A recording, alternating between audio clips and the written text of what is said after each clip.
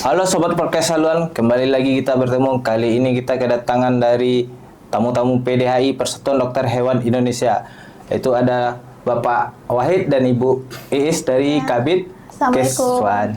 Assalamualaikum warahmatullahi wabarakatuh.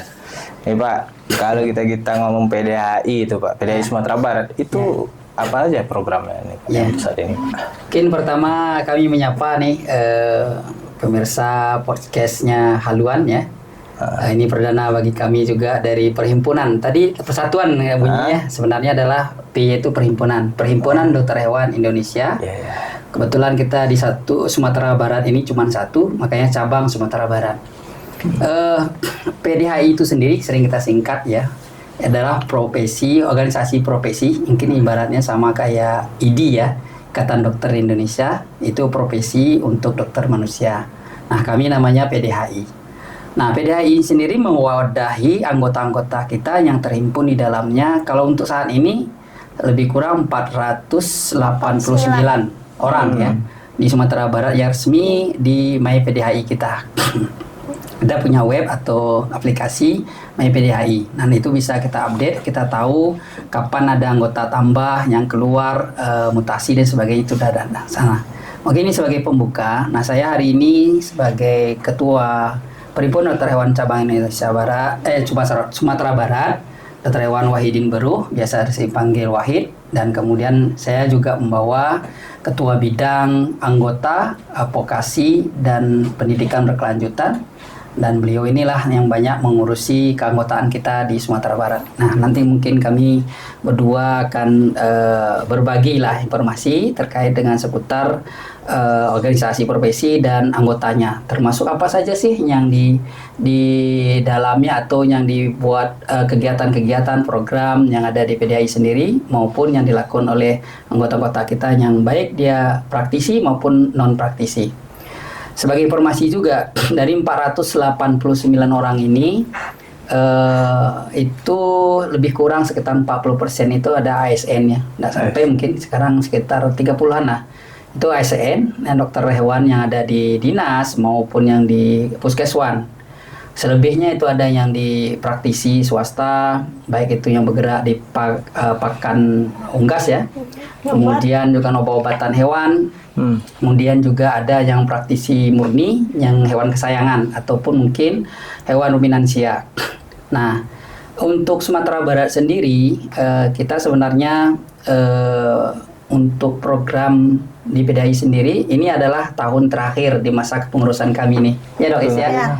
Jadi kita udah berakhir nanti insya Allah di 2026 ini, dan kita juga ada program terakhir nanti namanya seminar sekaligus pemilihan ketua dari Perhimpunan Dokter Hewan Indonesia cabang Sumatera Barat masa baktinya 2026-2030. Nah, sering kita singkat MUSDA ya, Musyawarah Daerah. Sebagai gambaran, kita ketika di awal-awal dulu ingin membenahi keanggotaan kita. Anggota kita mulai dari legalitasnya ya. Jadi terdaftar resmi di aplikasi atau web kita My PDHI yang dibuat oleh dari pusat, PB PDHI pusat. Nah, di situ kita mendorong juga anggota-anggota kita yang belum terdaftar agar mendaftar. Karena nanti kaitannya adalah ketika mereka melaksanakan praktek ya untuk menjalankan profesinya, salah satu syaratnya adalah harus memiliki rekomendasi dari organisasi profesi. Kemudian sebelum rekom itu ada juga harus ada terdaftar memiliki surat tanda registrasi veteriner atau STRP. Nah, untuk mendapatkan STRP tentu harus menjadi anggota. Kalau dia belum masuk anggota, tentu STRP-nya tidak akan keluar. Nah, rentetannya itu banyak. Mulai dari keanggotaan, kemudian ada kewajiban, ada hak di dalamnya, dan itu diuruslah oleh Bu Iis dengan tim yang luar biasa. Kemudian juga kita benahi dari segi legalitas tadi ya. Contoh, dia berpraktek, tapi ternyata tidak memiliki legalitas. Nah, hari ini, saat ini kondisi tidak bisa. Kita walaupun kita secara resmi kita disumpah sudah jadi dokter hewan, memiliki ijazah untuk itu, punya legalitas dari negara untuk itu. Tapi ketika kita melaksanakan di lapangan, tidak bisa hanya mengandalkan itu. Harus ada izin prakteknya, surat izin praktek SIP ya, sama kayak dokter umum. Mereka berpraktek di rumah atau di tempat lain atau klinik, dia harus memiliki izin praktek gitu kan. Nah, sama seperti kami, kita juga harus ngurus itu, surat izin dulu. Nah, bagaimana cara untuk ngurus izin? Nah, panjang rentetannya. Tidak hanya langsung tiba-tiba dapat. Dia harus melaksanakan kewajibannya juga. Kayak koas gitu, Pak? Tidak. Contoh ya. Sebelum lulus nanti. Contoh nanti dia harus sudah punya STRP tadi. Kemudian dia masukkan permohonan ke organisasi untuk mendapatkan rekomendasi untuk izin SIP. Tapi bukan kita mengeluarkan izin. Yang mengeluarkan izin nanti pemerintah daerah melalui Dinas Pelayanan Terpadu atau PTSP. Ya. Kita hanya profesi itu mengeluarkan rekomendasi saja, ini layak apa tidak gitu. Kemudian nanti dari itu salah satu program melegalitaskan, memberikan legal kepada anggota kita yang berpraktek. Kemudian selain itu juga kita ingin membenahi ya, yang di luar profesi kita yang melakukan profesi kita. Nah, itu juga kita biasanya kita akan ajak diskusi. Contoh, dia tidak punya legalitas dan bukan dokter hewan juga, tetapi melaksanakan praktek di sehari-harinya, mengambil mengambil biaya ya. Itu contoh. Misalnya contoh, dia bukan dokter hewan, bukan paramedis, tapi melakukan operasi, gitu kan, pembedahan di hewan kesayangan. Dan itu kadang-kadang kita taunya di media sosial, dia videokan, dia bagi di IG ataupun di Facebook dan sebagainya. Nah, ini misalnya kita akan usahakan untuk advokasi ya, untuk kita benahi hal-hal seperti itu. Jadi bukan hanya kami membenahi di anggota kami, tapi ada orang lain yang bukan anggota kita tapi menggunakan atau mengambil profesi kita, ya, mengerjakan profesi kita, ya itu juga kita akan coba benahin, kita datangin, ya. Mahasiswanya dia sebenarnya perawat gitu ya, tapi dia berprofesi seperti dokter hewan gitu ya, mengobati, dipublikasikan, lalu dipromosikan. Bagi kucing Anda yang sakit, silakan datang ke dia, dia kasih obat dan sebagainya. Nah, itu kita datangin, lalu dia minta maaf, menghapus postingannya. Ya, baru setingkat itu sih, belum ada sampai ke ranah hukum gitu, Dok ya. Nah, kemudian program lain apa? Ya, tentu kita juga ingin keberadaan profesi kita ini juga dikenal orang. Ketika mungkin udah nih, saya ngomong ID langsung terbayang ya, ini organisasinya Dokter Manusia. Dokter Manusia. Nah, kami ingin juga ke depan PDHI langsung udahnya tuh tahu langsung ingat itu adalah ya profesinya dokter hewan gitu kan. Ini organisasinya profesinya dokter hewan. Memang kami akui kalau untuk PDHI sendiri sebenarnya untuk seluruh Indonesia itu sudah memiliki 53 cabang ya. 53 cabang. Di Sumatera sendiri baru tingkat provinsi dia. Provinsi ya, belum masuk ke kabupaten kota. Belum. Satu provinsi itu mewadahi seluruh kabupaten yang ada di sana. Tapi kalau untuk ID mungkin sudah ada cabangnya ya di kabupaten atau kota. Ya, betul. Kami belum. Tapi ada beberapa kabupaten yang di Provinsi Jawa Barat contoh. Dia berdasarkan beberapa kabupaten menjadikan PDHI Jabar 1 misalnya. Mungkin itu mewadahi bagian kabupaten Bogor, kota. Katakanlah kayak gitu, berapa Bekasi, misalnya kayak gitu. Seperti itu. Kalau kita masih Aceh Sumbar 1, Sumur 1, Riau 1, Jawa Timur udah terbagi. Banyak juga dokter. Saking banyaknya, jumlahnya banyak anggotanya ya.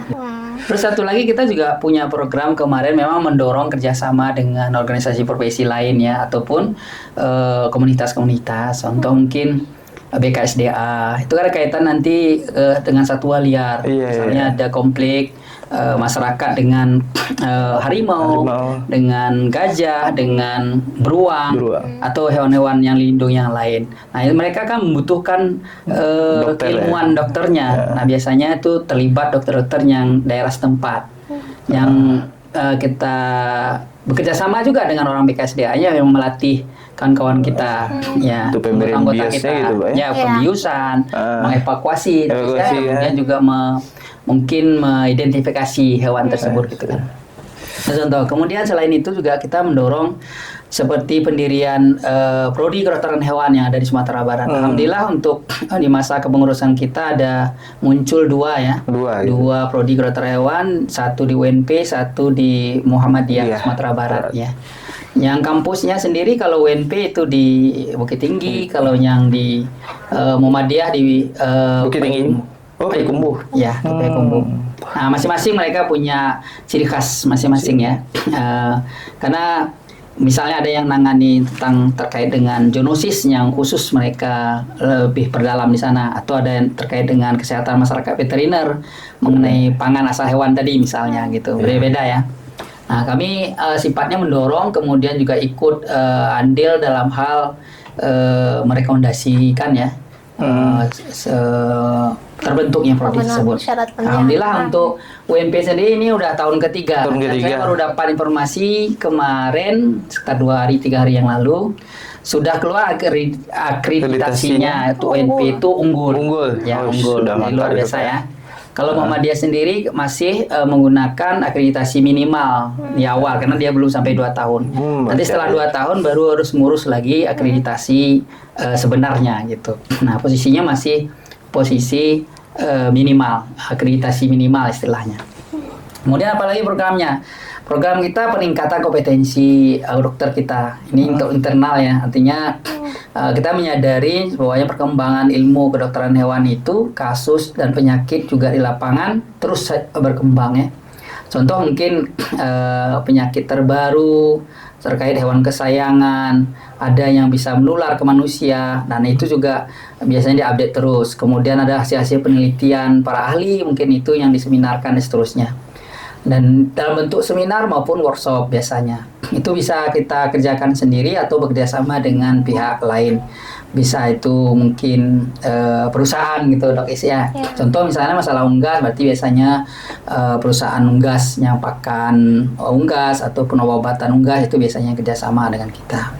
Selain itu juga ada sifat sosial ya, sosial pengabdian masyarakat. Kita tiap tahun itu yang normal dari kita saja, contoh ada hari rabies sedunia. Ini momennya nih di pemirsa, di September ini tanggal 28 adalah hari rabies sedunia. Nah, biasanya juga ada program kita dok Is ya, kerjasama dengan dinas provinsi, dinas peternakan dan kesehatan provinsi maupun kabupaten kota.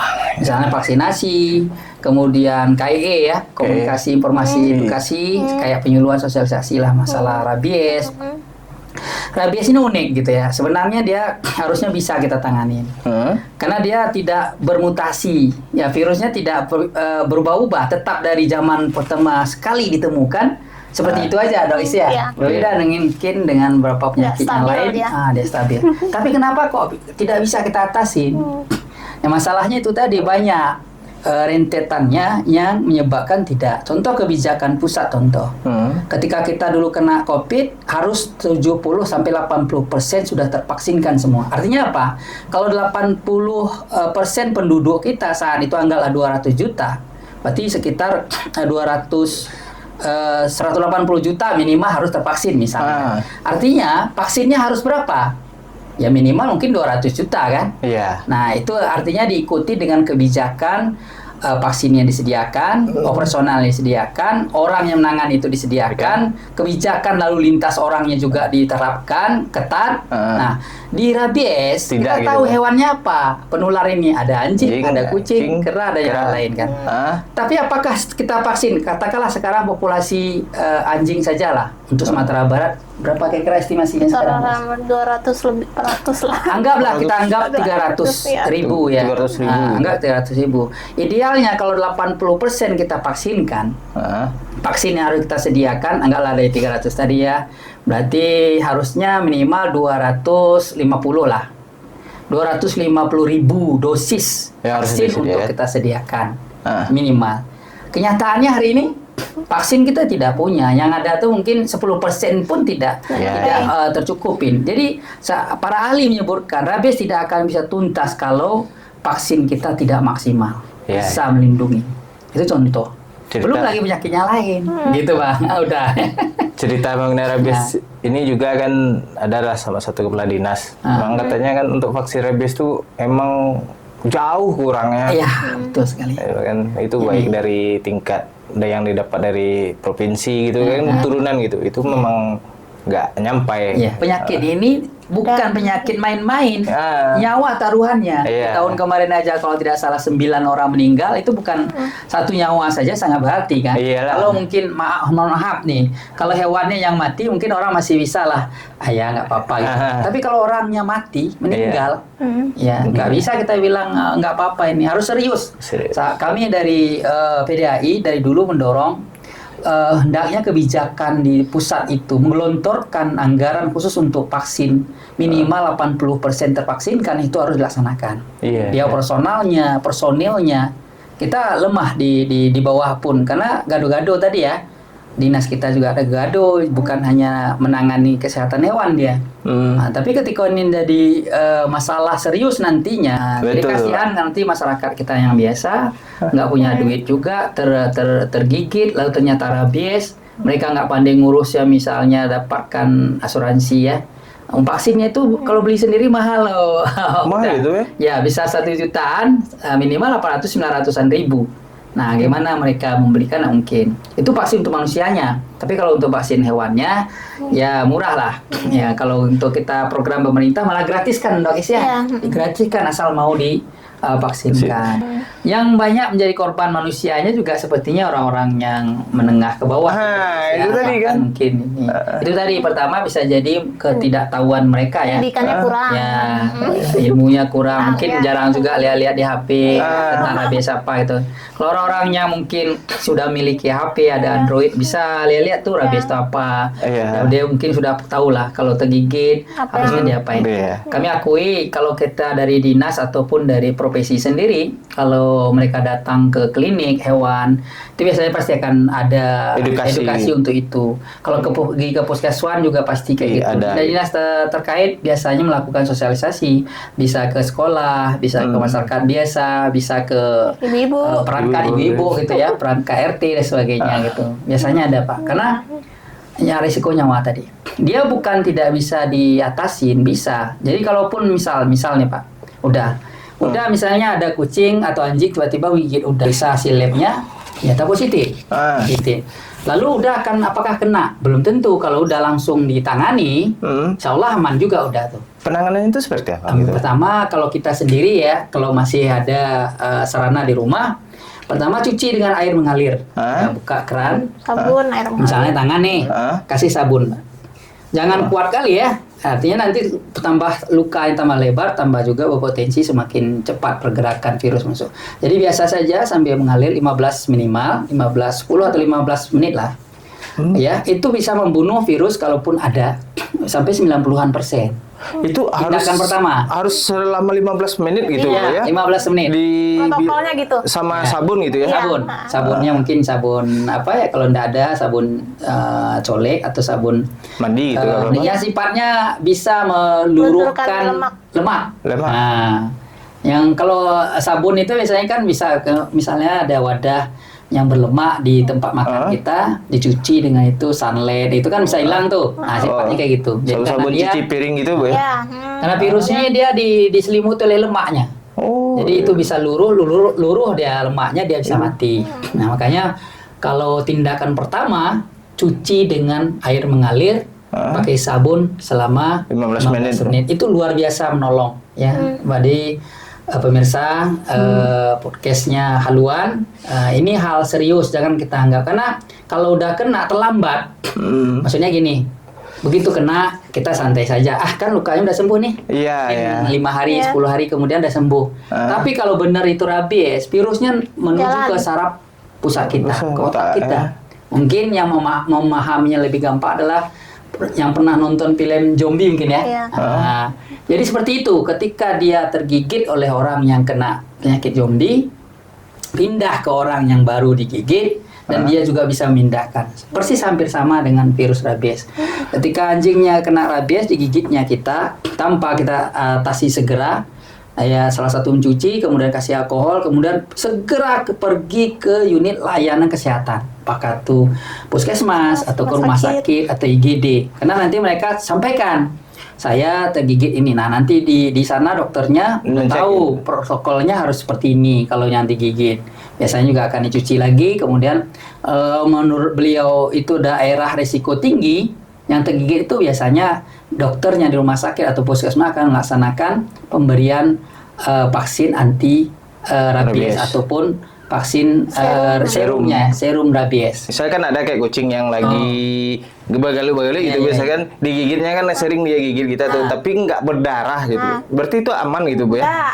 Jaringan yang terbuka nih Pak, terbuka nih. Jadi di kulit kita nih banyak ujung-ujung syaraf Pak. Jadi nggak harus berdarah, tapi dia udah terbuka ininya, bisa masuk dia lewat. Bisa masuk berarti gitu. Pasti tetap dicuci. Harus dicuci itu. Ditangani, ya. Iya kan selama ini orang kan berpikir, kayak saya juga anak-anak di rumah gitu kan, ketika digigit kan kucing itu kan bergelut itu manja-manja itu kan, kadang digigit-gigitnya kita kan, cuman nggak berdarah kan, cuman kayak berlubang aja baru.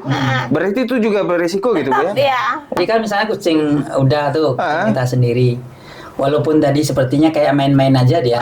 Pertama tetap cucinya itu berlaku. Yang kedua, untuk meyakinkan apakah ini kucing saya kena rabies apa tidak, ya kita amati saja dalam 14 hari ke depan. Atau digigit hari ini, tidak berdarah. Iya betul. Kita amati 14 hari ke depan. Beri haknya tetap. Makan, kasih minum, kita lihat perilakunya berubah apa tidak.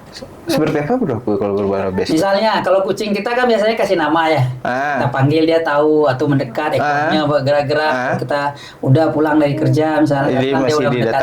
Itu berarti dia ngerti dengan tuannya. Kalau sudah kena rabies atau menunjukkan gejala rabies, dia udah nggak kenal dengan pemiliknya, tuannya. Oh gitu ya. Itu satu. Yang kedua, mulai ada agresif. Ya agresif, ya misalnya biasanya nggak suka cakar-cakar atau menggigit gitu. Kok sekarang menggigit apa saja?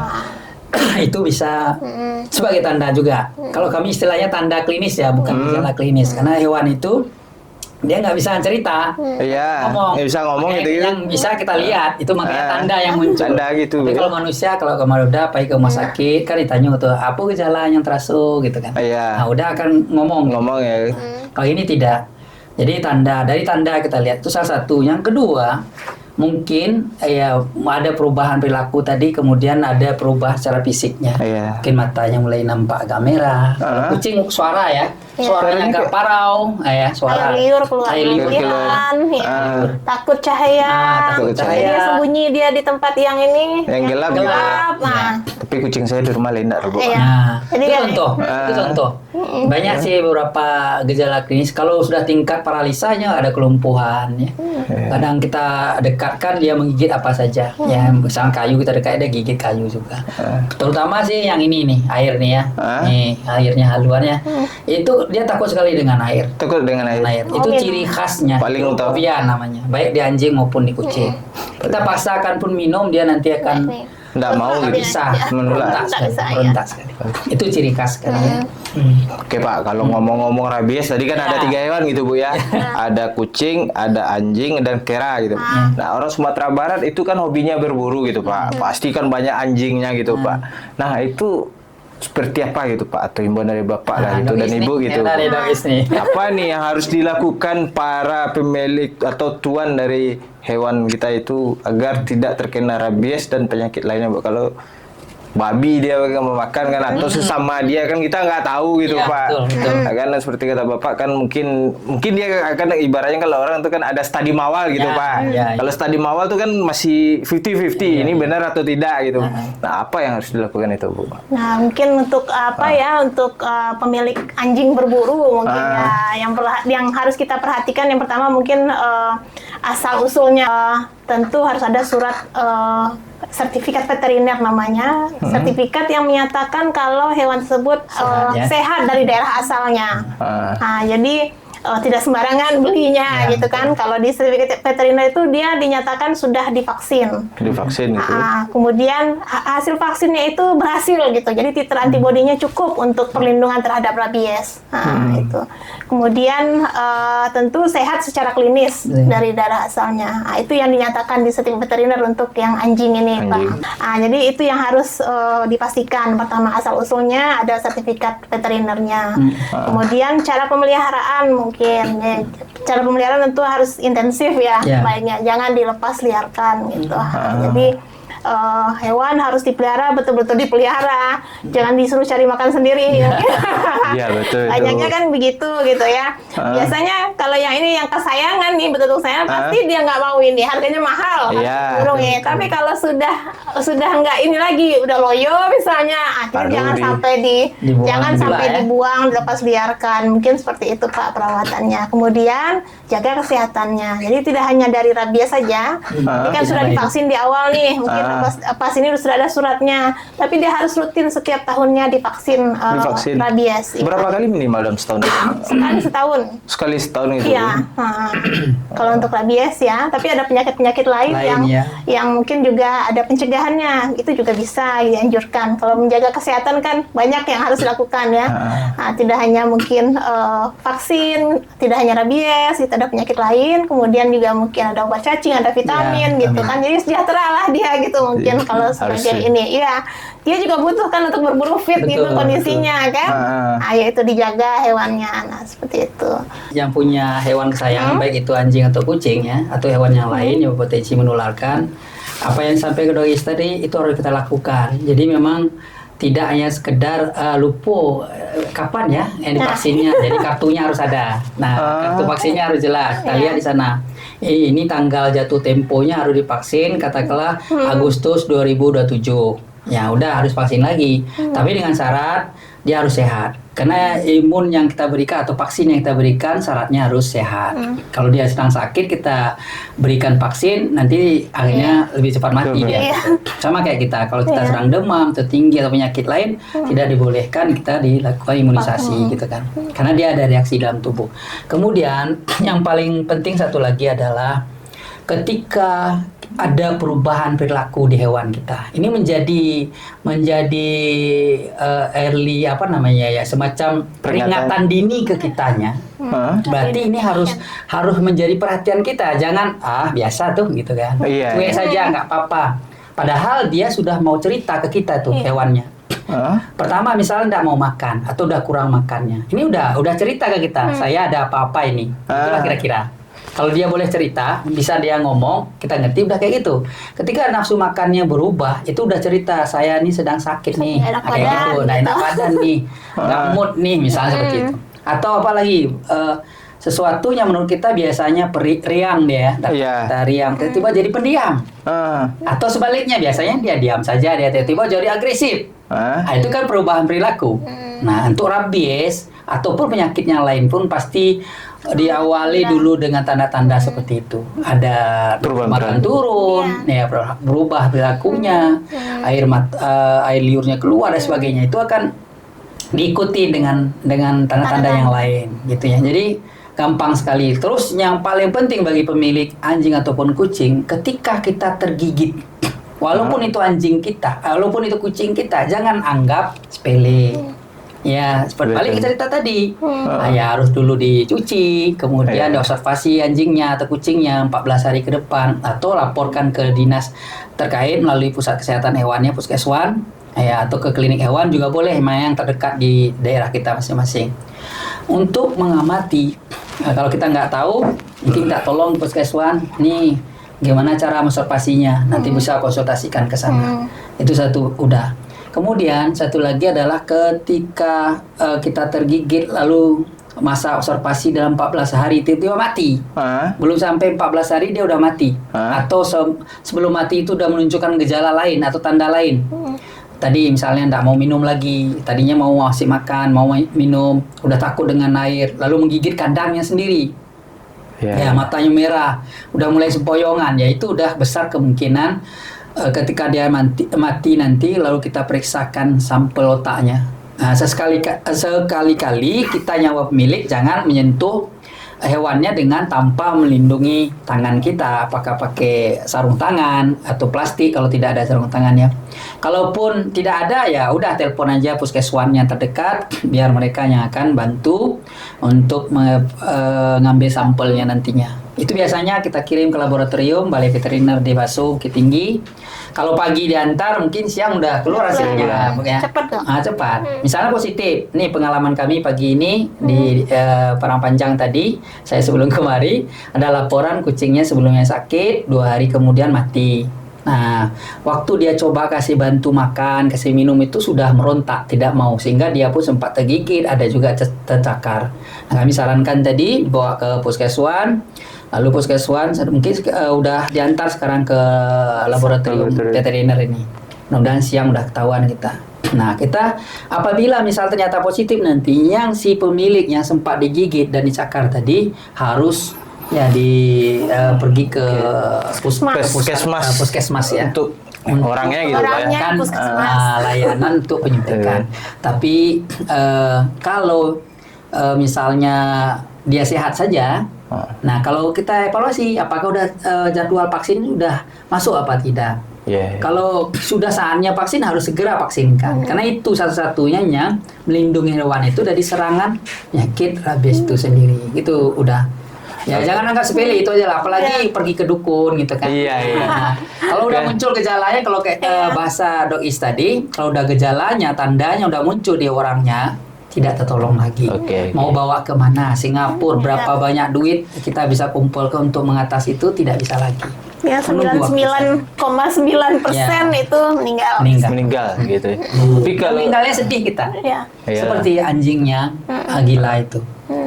Ya sedih sekali kita. Kalau orang meninggal karena rabies ya Dok ya. Kalau dokter hewan ini tetap panggil dok ya gitu ya? Ya biasanya ada yang manggil dok aja. Dokter masih panggil dokter juga, kalau kan banyak juga orang pasiennya berbeda. Kalau itu pasiennya gitu ya, sama medis ya.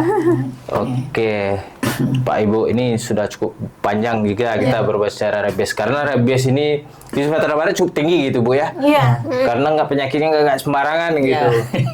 Saya sudah cukup panjang lah kita berbicara tentang rabies dari mulai dari untuk paling penting itu untuk orang-orang yang punya hewan kesayangan tadi.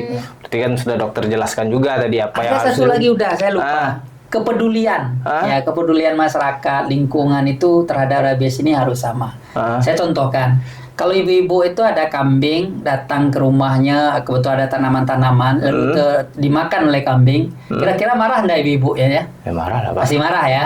Ini siapa punya kambing, dibiarkan itu mungkin dipukul atau ini kan. Nah, ketika ada anjing berkeliaran di depan rumah kita, dekat lingkungan kita, ada anak-anak main, pernah nggak terpikir kita jangan-jangan ini rabies nanti menggigit anak kita? Harusnya kita usir nih, atau kita laporkan ini, harus kita siapa pemiliknya ini. Kita berharap seperti itu hendaknya untuk rabies ini. Jadi bukan hanya dari dinas, dari dokter hewannya atau para medis kita untuk mengatasi itu, tidak, sama-sama kita pemilik masyarakatnya bukan tidak ada istilahnya, masyarakat yang tidak punya hewan pun harus peduli, terutama anjing lepas dan kucing lepas. Gitu, Pak, ya. Ini kayaknya gejalanya kayak ini nih, lapor Pak. Ya, walaupun kita tidak bisa nangani, tetapi memberi informasi ke petugas itu lebih cepat, lebih bagus. Contoh ya, kayaknya udah sempoyongan gitu kan. Air liurnya banyak ya. Jangan biarkan menggigit orang dulu, baru kita lapor gitu. Segerakan dilapor. Ayo peduli, pemirsa, kita semua peduli di lingkungan kita, mau itu anjing, kucing yang liar, diliarkan, harus peduli kita melihat potensi apakah ini rabies apa tidak. Dan kita marah ketika ada pemilik tapi diliarkan, tidak peduli dia. Nanti akhirnya kucing, contoh hal kecil saja. Anjing misalnya, sandal sepatu kita digigitnya, dibawa ke mana? Hilang, besok pagi udah nggak ada gitu kan. Contoh itu hal kecil saja. Belum lagi masalah penyakitnya tadi. Jadi harus peduli kita, ya. Itu mungkin udah harus peduli. Harus peduli. Harus peduli. Karena itu tidak hanya tanggung jawab pemerintah. Iya, sama-sama kita. Keaktifan masyarakat untuk mau memvaksin hewan Iya, kesayangannya itu harus ini ya. Termasuk mengeluarkan uang sendiri Iya, ya. uang sendiri gitu. Jangan Terus maksudnya jangan kalau nunggu dulu kan gratis. nunggu gratis gitu kan. Iya. Pemerintah menggratiskan. Tapi sekarang karena anggaran juga sulit di pemerintah, kita akui pembelian cerita kembali awal tadi ya, vaksin itu jadi akhirnya anggarannya juga jauh turun. Ya memang mau tidak mau kita. Sama lah ketika anak kita sakit, kita bawa puskesmas, kita berobat dan sebagainya, ya kita keluarin uang kita. Yo nggak keluar kok dok. Gratis juga di sana. Iya, tapi dibayar oleh BPJS. Kita ada iuran di sana, sama Iya. seperti itu gitu ya. Jadi harus kita sediakan anggaran untuk itu. Ya, kalau mau memelihara hewan Ya, kesayangan ya. harus bertanggung jawab. Bertanggung jawab. Nah, itu. Termasuk untuk vaksinnya. Kalau enggak ya jangan Kalau nggak pelihara bisa ya. pelihara. Iya, Oke begitu. lah dok, sudah cukup panjang juga kita bahas rabies gini ya. Kita closing dulu. Iya. Oke, sahabat podcast haluan, sampai di sini dulu bincang-bincang kita dengan Pak Ketua dan Kabid dari Perhimpunan Dokter Ya. Hewan Indonesia Sumatera Barat gitu. Ya. Sampai jumpa kita dengan narasumber dan bintang tamu selanjutnya. Terima kasih. Ya. Oke.